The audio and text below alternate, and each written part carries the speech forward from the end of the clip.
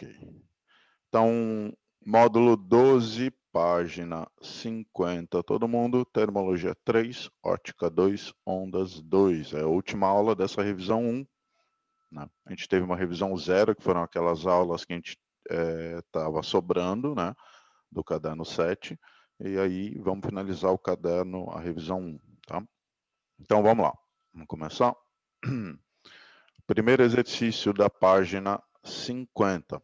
O diagrama pressão versus volume mostra a transformação isotérmica de A para B. Então, esse trecho aqui, AB, é isotérmica.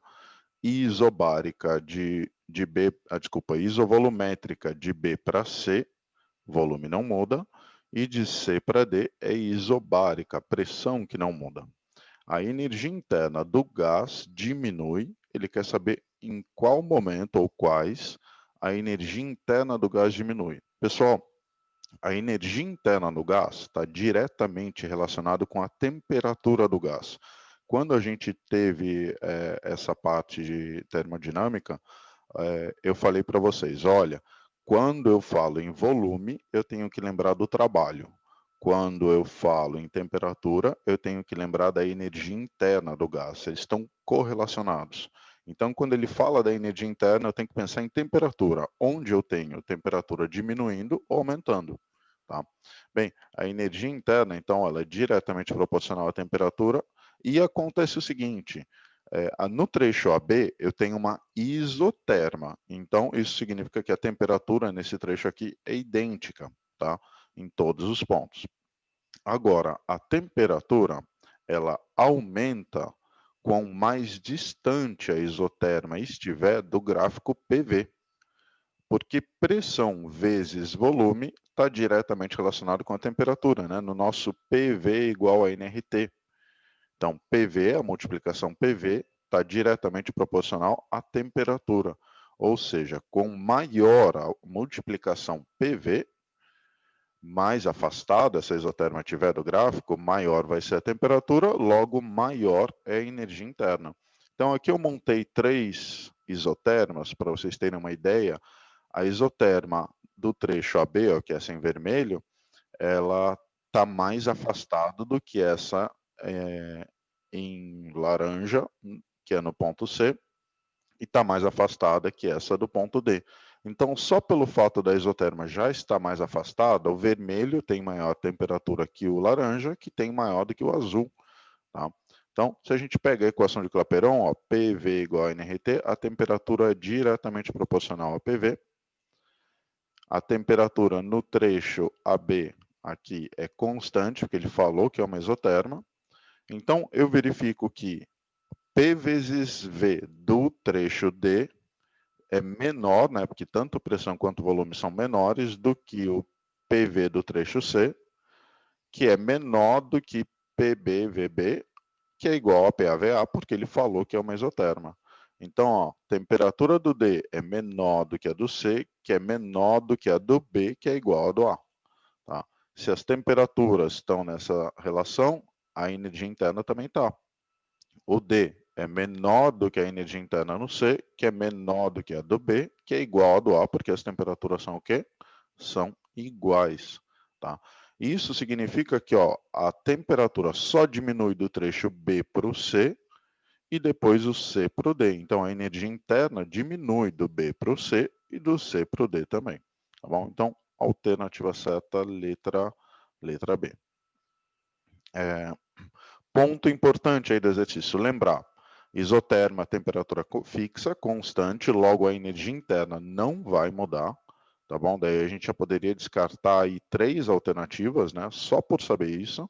Segundo, com mais afastado a isoterma estiver do gráfico PV, maior vai ser a temperatura daquela isoterma, tá bom? Então é isso. Pessoal, dúvida?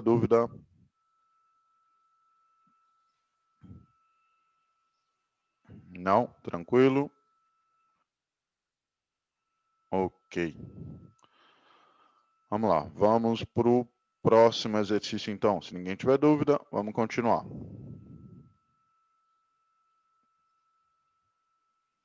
o trabalho no gráfico seria a área, mas daí ia depender muito do que o exercício te pede, tá? Ele poderia pedir para você, ó, o trabalho do trecho CD. Daí eu ia calcular só esse trechinho aqui, a área abaixo do trecho CD.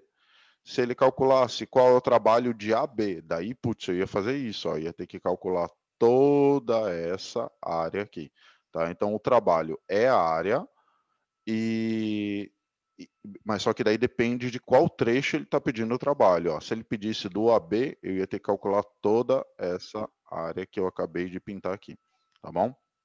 Isoterma é quando a temperatura é fixa, a temperatura ó, é constante, tá? Quando ele fala isotérmica, ele está falando a temperatura ela é constante, tá? É isso aqui que ele está falando. De nada, imagina. Ok, então vamos lá, vamos continuar. A área do BC seria como? Então, ó, quando eu falo em trabalho, sempre que você fala em trabalho, você tem que pensar no volume, ok? Você tem que relacionar eles com uma mudança do volume. No trecho BC, eu não tenho mudança de volume. E se eu não tenho uma mudança de volume, eu não vou ter o quê? Trabalho. Então, no trecho BC aí, o trabalho é zero, porque não tem área. Tá? Porque para calcular a área eu teria que ter base e altura, eu não tenho base. Então, eu não consigo calcular o trabalho é zero, porque o volume, a mudança do volume é zero também. Tá? Então, para ter trabalho, eu tenho que ter um volume que vai variar. Se o volume não varia, zero esse trabalho. Tá bom? Ok? Perfeito. Então vamos lá, vamos continuar. Exercício número 2.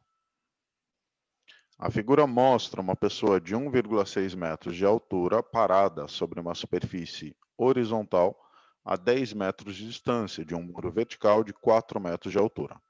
Em determinado instante, essa pessoa começa a caminhar em uma trajetória retilínea perpendicular ao muro, aproximando-se dele com uma velocidade escalar constante de 0,5 metros por segundo. Então, essa pessoa está indo na direção do muro com uma velocidade de meio metro por segundo. Sabendo-se que durante essa caminhada os raios solares projetam uma sombra do muro no solo de comprimento 7 metros, o intervalo de tempo necessário para que todo o corpo dessa pessoa seja encoberto por essa sombra é de. Bem, aqui eu montei um esqueminha do que está acontecendo. Ó. Eu tenho uma pessoa, meio metro por segundo a velocidade dela, ela está a 3 metros da sombra, né? E essa sombra da parede tem 7 metros. A altura da parede, 4 metros. Aqui eu desenhei a sombra dessa pessoa.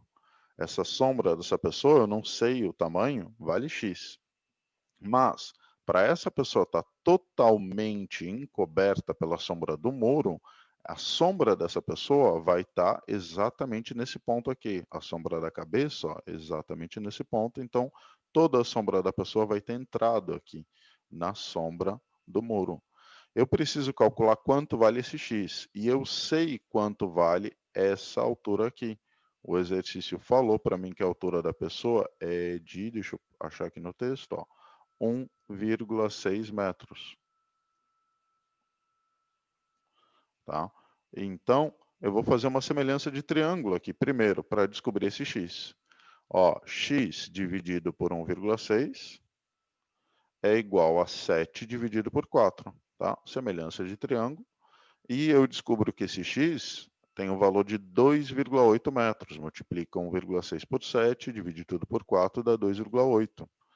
Agora, vou olhar o movimento uniforme dessa pessoa. O movimento uniforme a gente pode usar o sorvete ou o V é delta S sobre delta T, tanto faz, né? É a mesma fórmula, só escrita de maneira diferente. Sorvete ou a fórmula da velocidade média é a mesma coisa. Eu sei quanto vale esse delta S aqui, porque ó, essa pessoa precisa andar 3 metros mais X para que toda a sombra dela fique dentro da sombra do muro.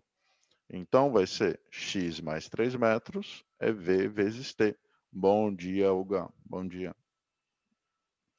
Então, x mais 3 é vezes t. A velocidade eu sei, o x eu acabei de descobrir pela semelhança de triângulo.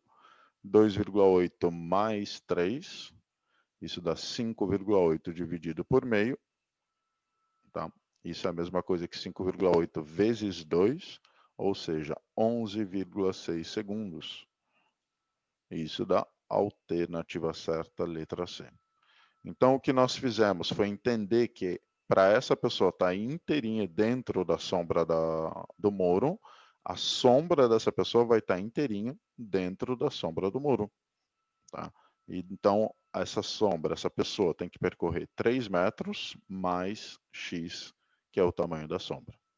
E o tamanho da sombra a gente descobriu por semelhança de triângulo, olhando para esses dois triângulos que são formados, porque o raio de luz do Sol, né, o raio de luz do Sol, vem em direção paralela. Ele vem de tão longe que a gente pode considerar esses raios paralelos aqui na Terra. Dúvida, gente? Dúvida, dúvida?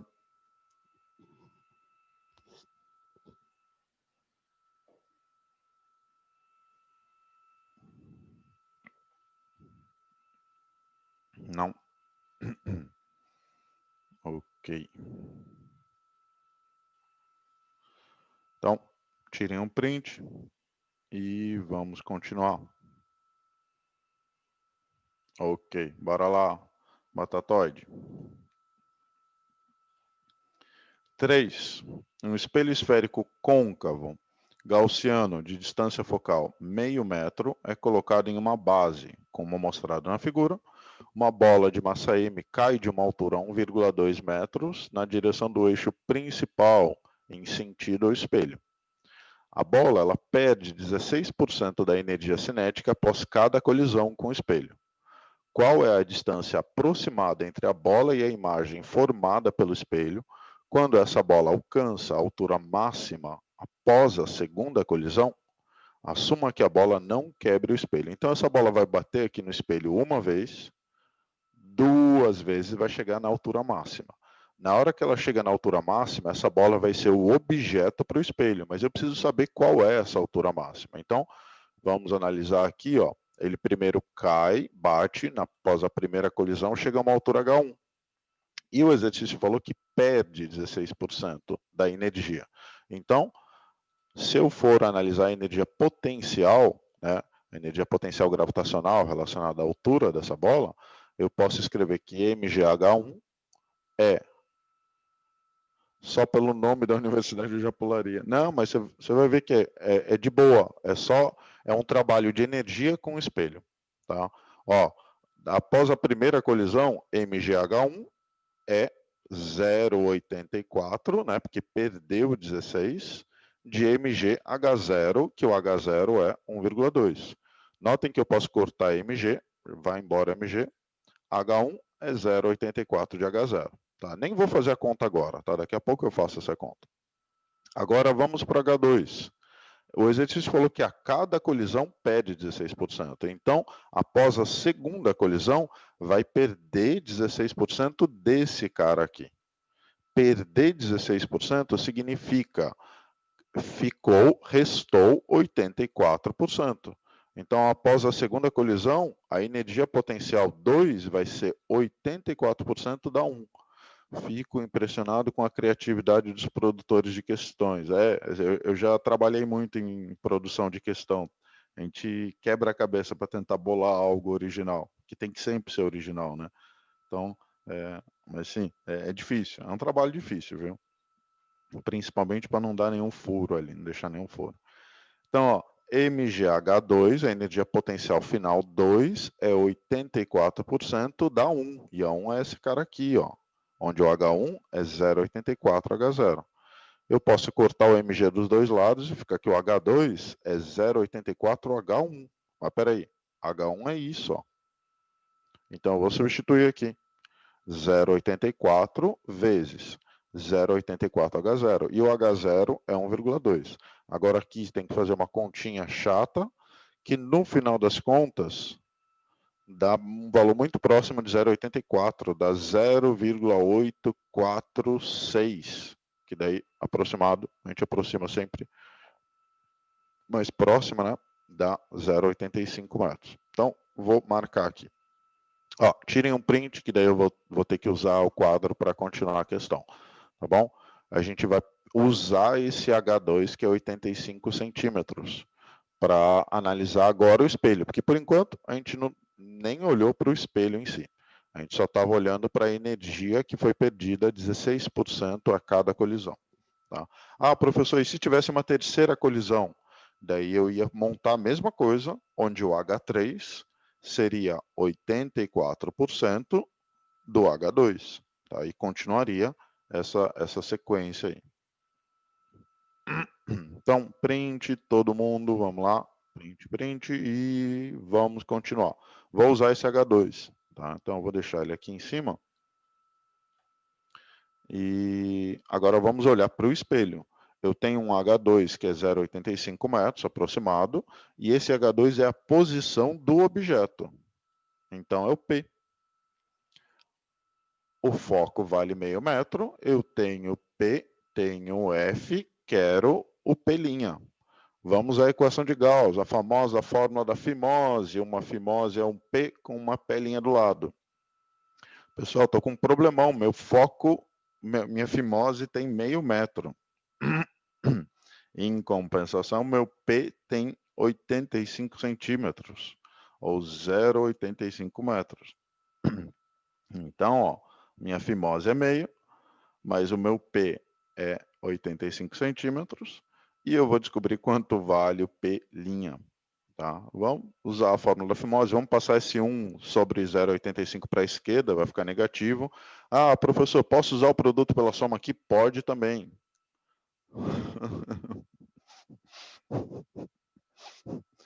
Boa, Felipe.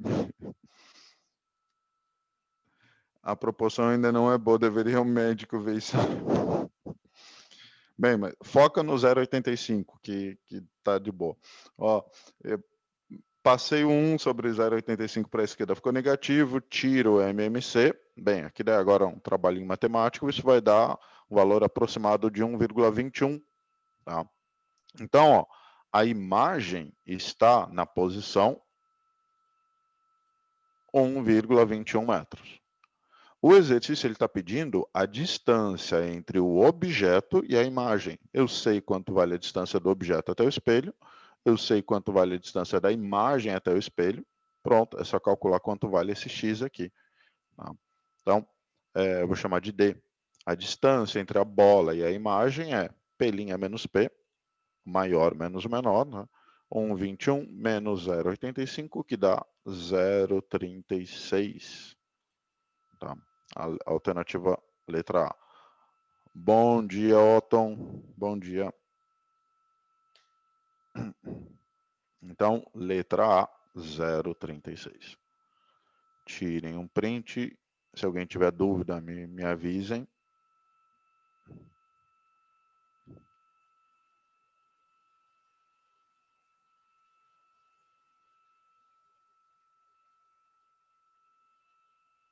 Não? Tranquilo, todo mundo?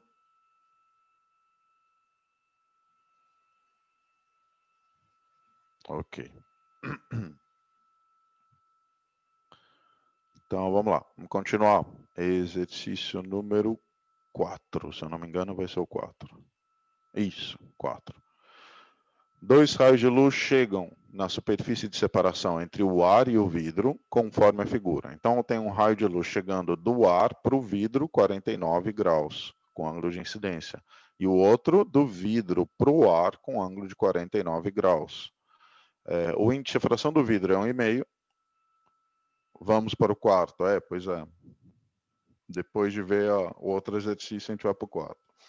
Módulo da velocidade da luz no ar é o C, que é 3/10, mas que ele não está pedindo para usar, né? O seno de 49 graus é 0,75. Podemos afirmar que aqui, gente, esse é um dos piores exercícios. Sabe quando vocês falaram ali no outro, putz, eu pularia esse? E teve gente que falou isso, eu pularia esse aqui, tipo, se eu não quero perder muito tempo. Por quê? Um exercício desse tipo, você vai ter que olhar para o A e vai ter que tentar ver se o A está certo. Não vai estar. Olha para o B e tenta ver se o B está certo. Não vai estar. olha para o C, olha para o D, olha para o E, olha para a letra F. Na última letra que você testar, é aquele exercício, é a letra que vai estar certa, ok? Então, um exercício desse tipo, que você não faz a menor ideia, cada alternativa fala uma coisa, você leva muito tempo para resolver. Então, é um exercício que eu deixaria para o último, um dos últimos, assim, sobrou tempo, ok, eu volto nele, tá bom? Porque daí você fala, ah, então eu vou começar pelo último.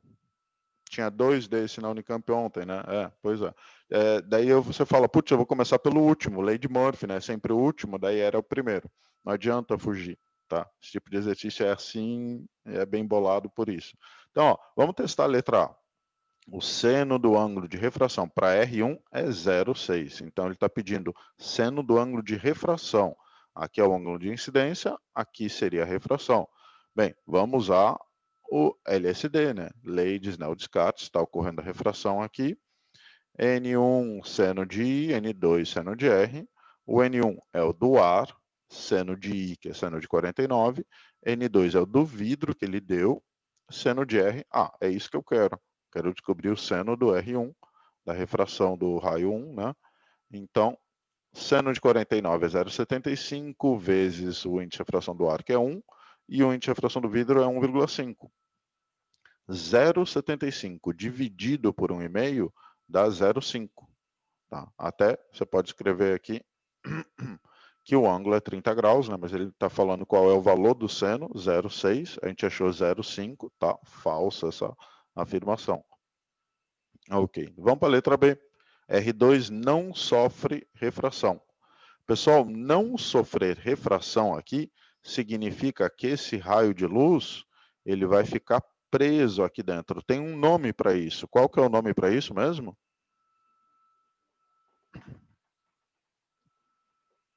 O raio de luz que tenta sair de um meio e não consegue, ocorre o quê? E aí?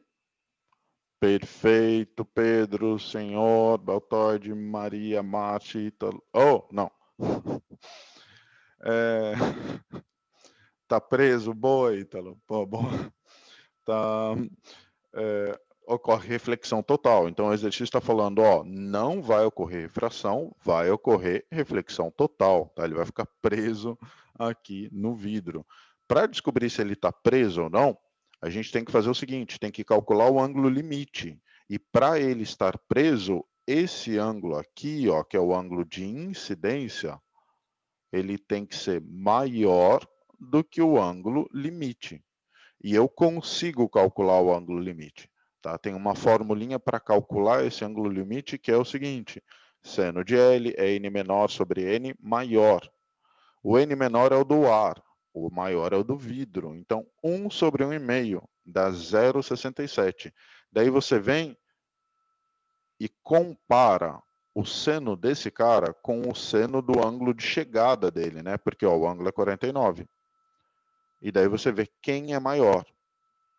Aqui, com esses valores, a gente descobre que o seno do I é maior do que o seno do L. Então, por causa dos valores, né? Então, o I é maior do que o L. Opa, se o ângulo de chegada é maior do que o ângulo limite, ocorre reflexão total. Verdadeiro essa afirmação. Alternativa certa, letra B. Tá? Ele está tentando ir de um índice de refração maior para um menor, né? Porque ele está no vidro tentando ir para o ar. Essa é a primeira condição para ocorrer reflexão total. A segunda condição para ocorrer reflexão total é o ângulo de chegada, que vai tentar passar para outro meio, tem que ser maior que o ângulo limite, e a gente viu, ó, o ângulo I é maior do que o ângulo L. Então, as duas condições foram satisfeitas, está ocorrendo reflexão total. Então, ele não passa para outro meio. Tá?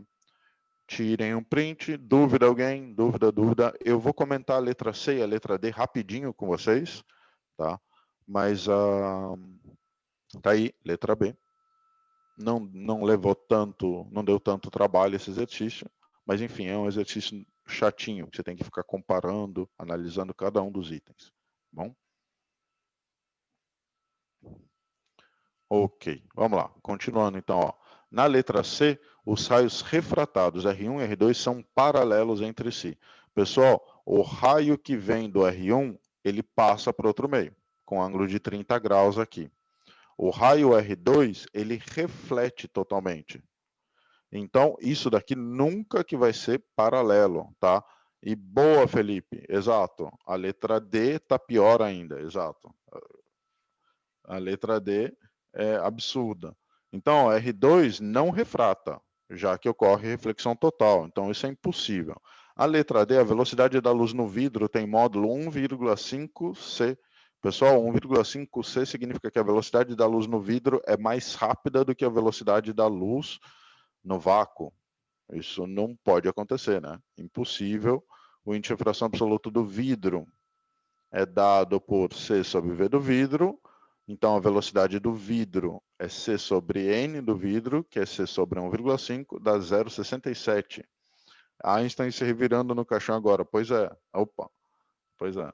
Tá. Não tem como, né, gente? Utilizar a lei de Snell e ver que o seno de R' é maior que 1 também daria certo? Ou seria melhor fazer o seno do ângulo limite? Não. Poderia também, Murilo. Tá? Poderia também, Murilo. Tranquilo, tá? Poderia fazer isso sim. Então, ó, letra C e letra D, falsos. Letra B. De nada, imagina. Ok, então tirem um print. Professor, os exercícios normalmente não dão o N do ar? Não, assim, normalmente eles não passam índice de fração do ar, tá? De vez em quando passam, mas às vezes, muito comum os vestibulares não colocarem. Índice de fração do ar vale 1.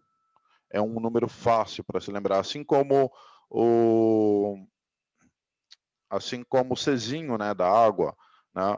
E calor sensível específico da água, que vale 1, são valores muito fáceis que eles acabam não passando. Vi que um grupo de cientistas desaceleraram a luz em um diamante até chegar a 60 metros por segundo. Eu vi isso também, então. Bem louco isso aí. Bem louco isso. Ó, quinto exercício, vamos lá. Uma pessoa tira uma foto de uma planta aquática em um aquário com uma lente biconvexa convergente. O importante é ela ser convergente, não biconvexa. O aquário é preenchido com água cujo índice de fração vale 4/3. Quando o filme, a lente e a planta estão posicionados de acordo com a figura a seguir, uma imagem nítida da planta aquática é projetada sobre o sensor gravador de luz da câmera.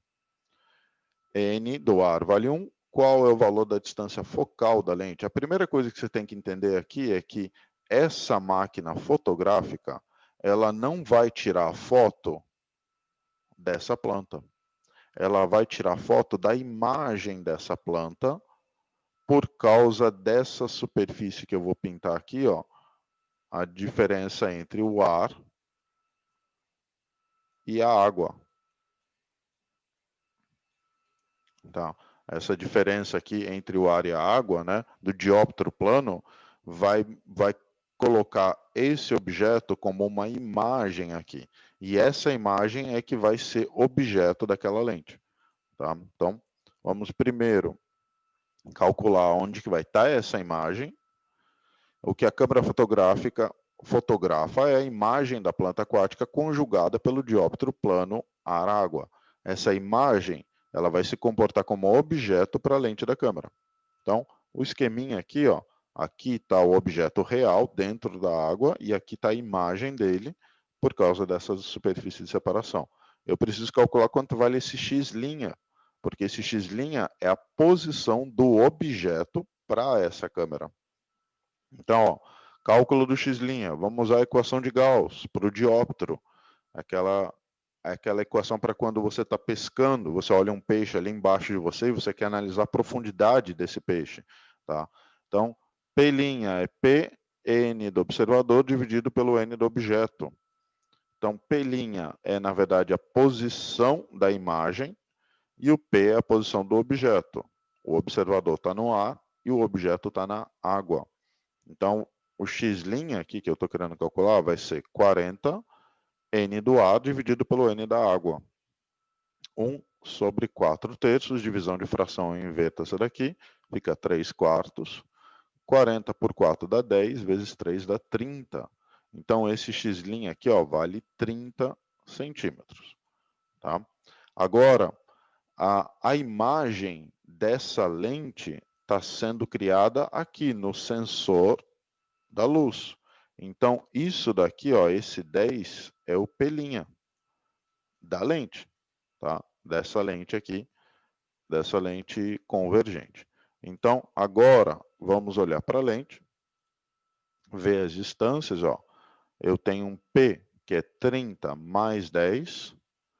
Eu tenho um P', que vale 10. Eu quero saber o foco. Então, eu tenho T, tenho P, tenho P' e quero o foco.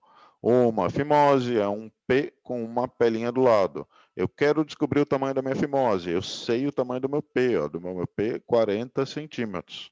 E a fimose, só 10 centímetros. Agora está melhor.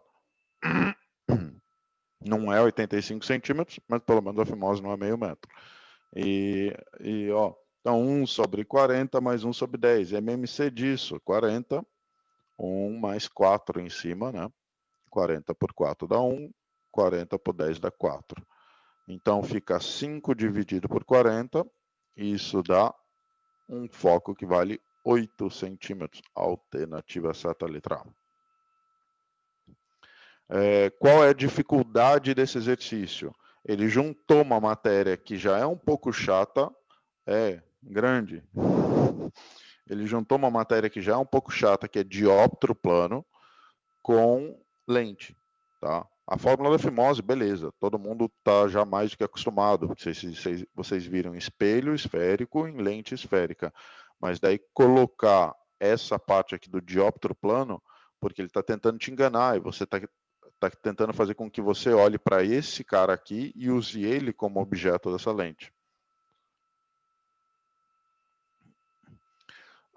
O importante não são os raios, tá? O importante é entender o seguinte, ó, a ideia básica é o seguinte: sempre que eu olho um objeto e ele está dentro da água, o que eu vejo é a imagem dele e ele vai estar mais próximo da superfície, se eu estiver no ar e o objeto na água. Então, a base era essa, você tinha que entender que aquele objeto, ó, o olho está aqui, né, que é o sensor da câmera.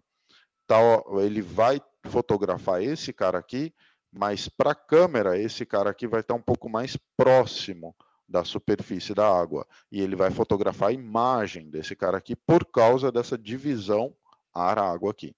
Tá bom? Então, essa é a parte punk do exercício. Tá razoável, né, Maria? Tá razoável. Ó, então, de nada, imagina, de nada. Tirem um print, quinto exercício, vamos lá. Sexto.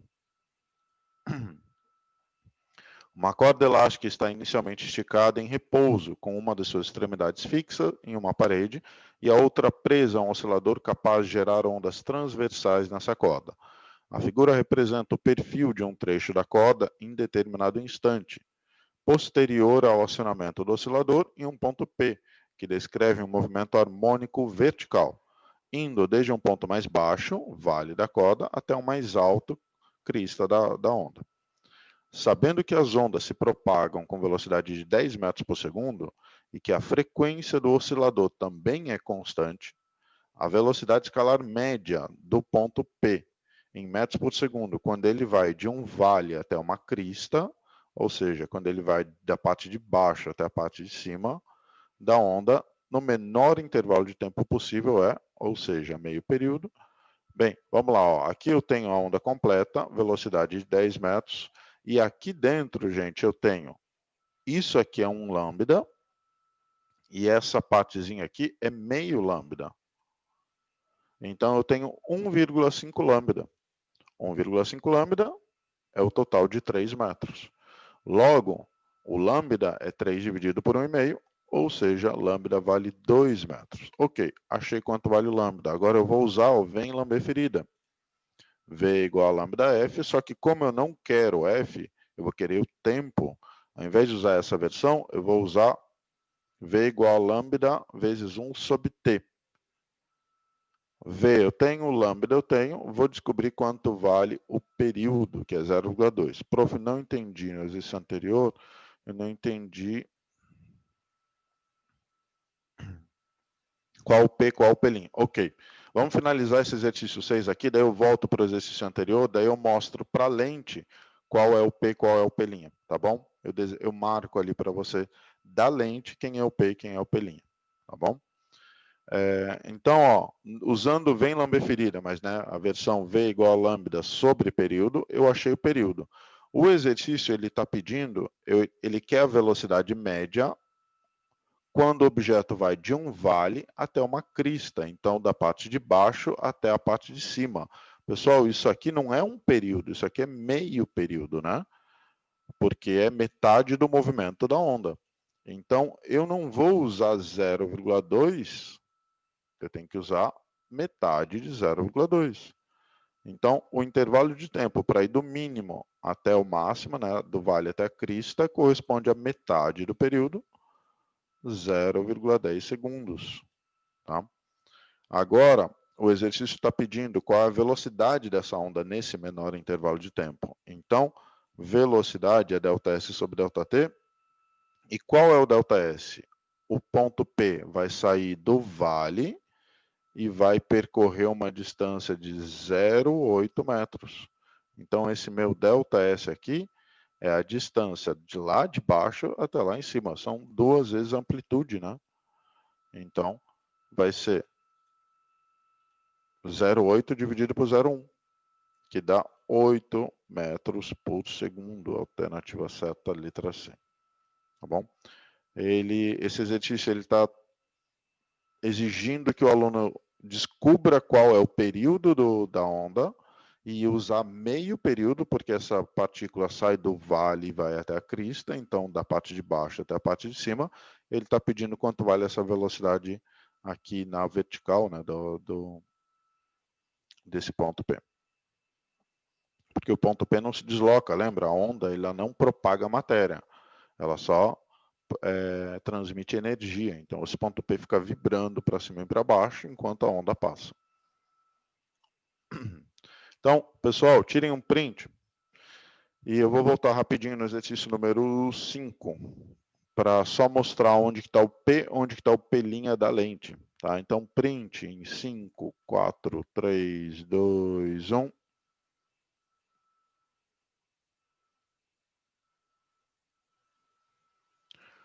Sim, dá para brincar sim. Dá para brincar sim. Tá? Não foi mal não. Tá? Não foi mal não. Tá na jogada. Provavelmente está na jogada aí. Tá bom? Ó, para quem perguntou, aqui está a lente, né? Essa daqui é a lente que eu acabei de marcar em vermelho. O objeto está aqui. Então, esse é o objeto.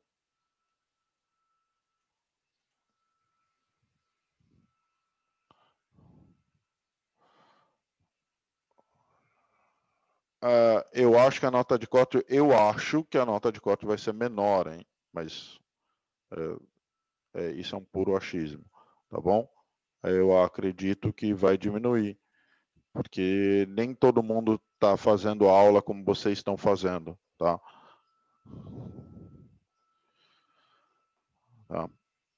Tanto da Unicamp quanto da FUVEST, acho que vai diminuir. Então, ó, aqui está o P' da lente e aqui está o P da lente também, tá bom? Para quem perguntou. Tá. Putz, errou só 2 de física ontem. Tá ótimo assim, pelo amor de Deus. Tá bom assim.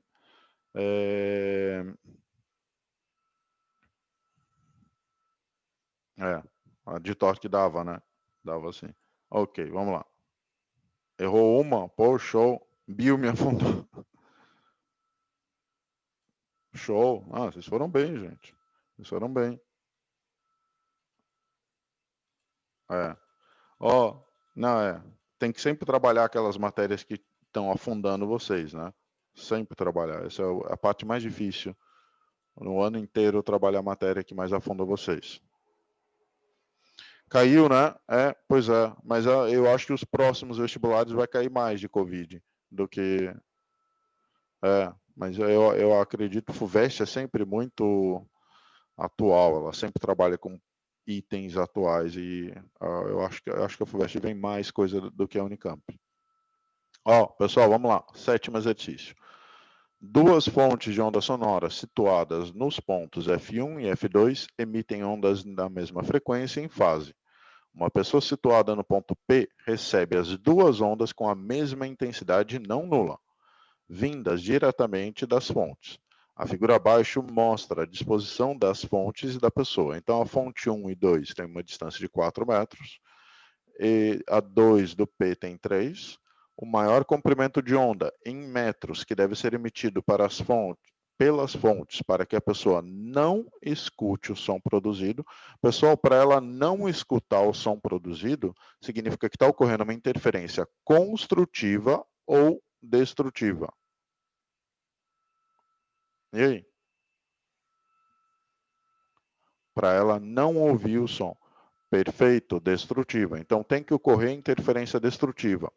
Na interferência, o jeito mais simples de trabalhar com ela é por diferença de percurso.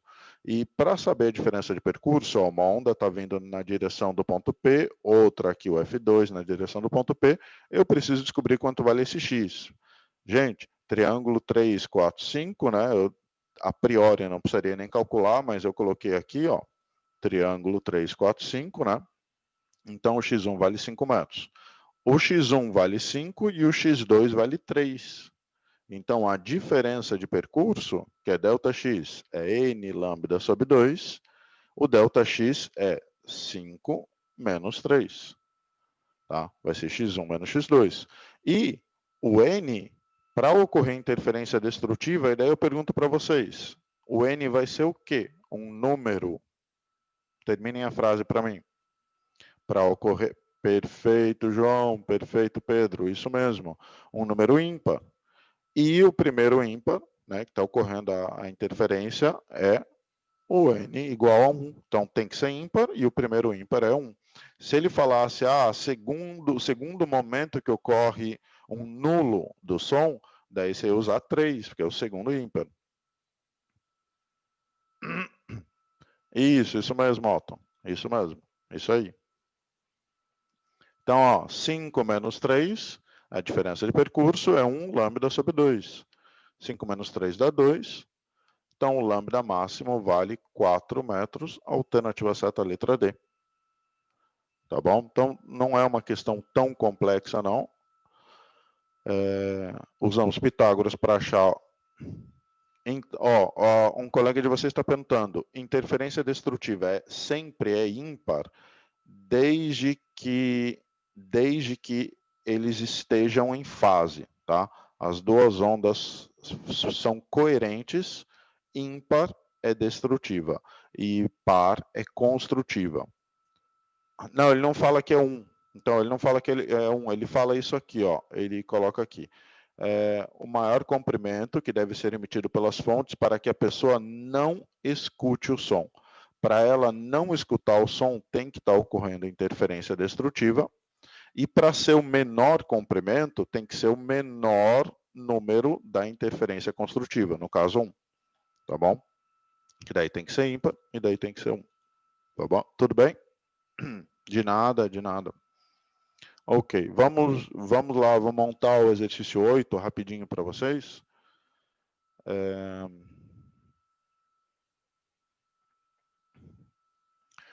Ítalo, poderia, 3, 5, 7, porque é número ímpar, mas daí ele não falaria o menor comprimento de onda, desculpa, o maior comprimento de onda, né? Porque daí seria a menor frequência. Ele falaria o segundo maior comprimento de onda, ou o terceiro maior comprimento de onda. Se ele fala o maior, ele está pedindo a primeira interferência destrutiva, tá bom? Se ele falasse o segundo maior, ele ia pedir a segunda interferência destrutiva, ou seja, o segundo ímpar, no caso daí, 3. Se ele pedisse qual é o terceiro maior comprimento de onda, ele estaria pedindo a terceira interferência destrutiva, daí você usa o 5. Tá? Então, ele acaba indicando para você qual interferência vai usar. E normalmente, assim, 85, 90% das vezes, se é interferência destrutiva, ele vai pedir para você usar que ele vai pedir aquela primeira, tá? É muito raro ele pedir uma outra interferência, tá bom? Então, normalmente ele pede a primeira, tá? A maioria das vezes. Mas se não for a primeira, ele vai ser muito específico, ele vai falar qual é o segundo momento em que a pessoa não escuta. O segundo momento é o próximo ímpar, não é o primeiro, é o segundo ímpar, tá bom? Mas daí vai estar meio que claro no exercício para vocês. Bem, vamos lá. Ó, rapidinho, gente. A gente tem 5 minutos aí para acabar a aula. Uma ambulância cuja sirene emite um som com frequência de 1575 Hz passa por um ciclista que está à margem da pista, pedalando no mesmo sentido do movimento da ambulância a 18 km por hora. Depois de ser ultrapassado, o ciclista escuta o som da sirene numa frequência de 1500 Hz. Nessa situação, podemos afirmar que o módulo da velocidade da ambulância é mais próximo de... Ele falou que a velocidade do som no ar é 340 metros por segundo. Pessoal, a ambulância está emitindo essa frequência aqui, mas ele está ouvindo uma frequência menor. Qual é o nome disso na física? Alguém sabe me dizer qual que é o nome? Vocês viram isso, eu acho que na frente 3, perfeito, 7. Ítalo, Márcio, perfeito.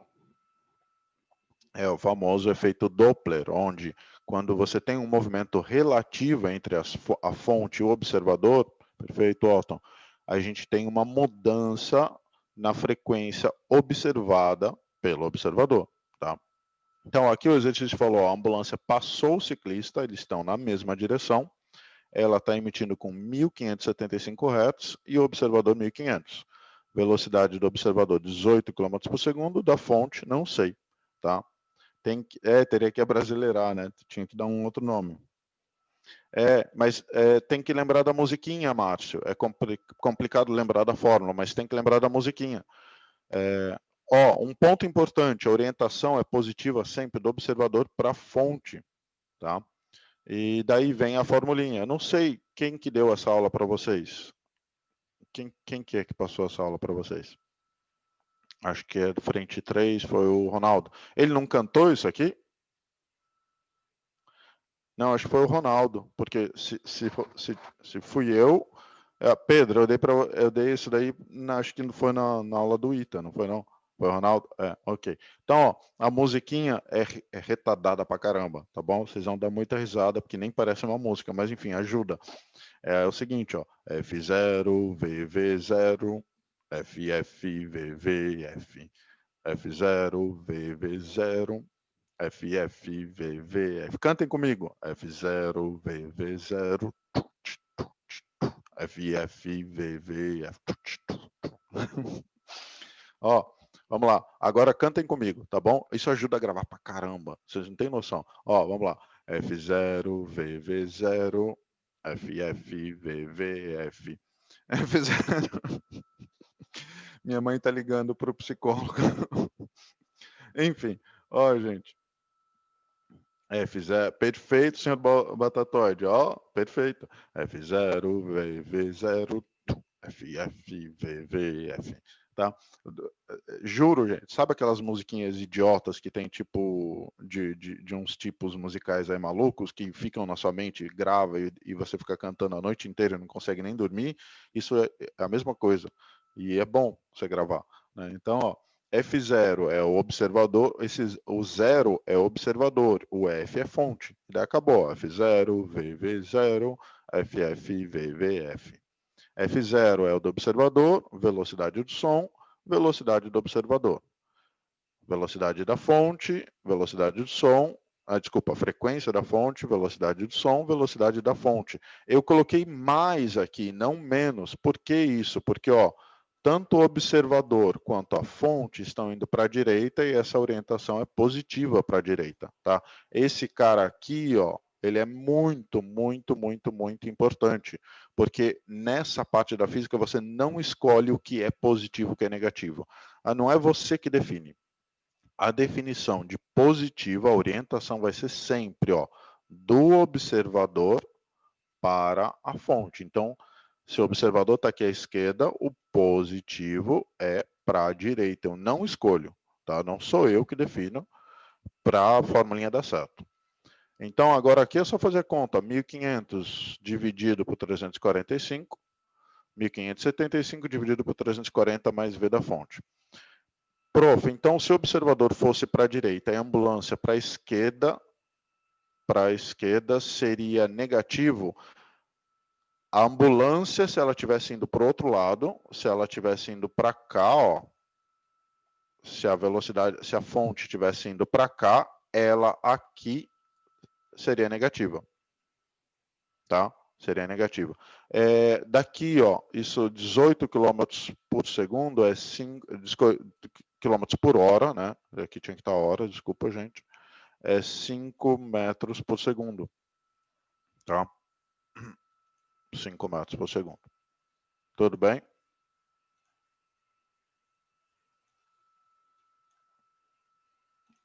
Ok.